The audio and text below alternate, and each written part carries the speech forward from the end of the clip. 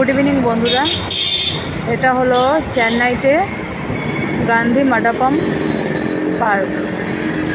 আর এখানে দেখো খুব সুন্দর একটি বট গাছ কিন্তু একটি এখানে, কিন্তু তার শাখা প্রশাখা উপর থেকে নিচ পর্যন্ত এসে আবার নতুন করে একটি গাছের সৃষ্টি হয়েছে। আবার এর থেকে আরও কয়েকটি শাখা প্রশাখা বেরিয়ে আবার একটি করে গাছের ডালের মতো হয়ে উপরের দিকে উঠেছে। খুব সুন্দর লাগছে। দেখো গাছটির গোড়াটি আমি তোমাকে দেখাচ্ছি, যেটা মেন গোড়া সেটা হলো এই জায়গাটির মধ্যেই আছে গাছের গোড়াটি। এই হলো মেন ডাল, যার থেকে এই যে দেখো উপরের দিকে এভাবে গিয়ে আবার নিচে নেমে এসেছে। আবার এই দেখো কতগুলো শাখা উপর থেকে নেমে এসে আবার নতুন করে যেমন আরেকটি গাছে রূপান্তরিত হয়েছে।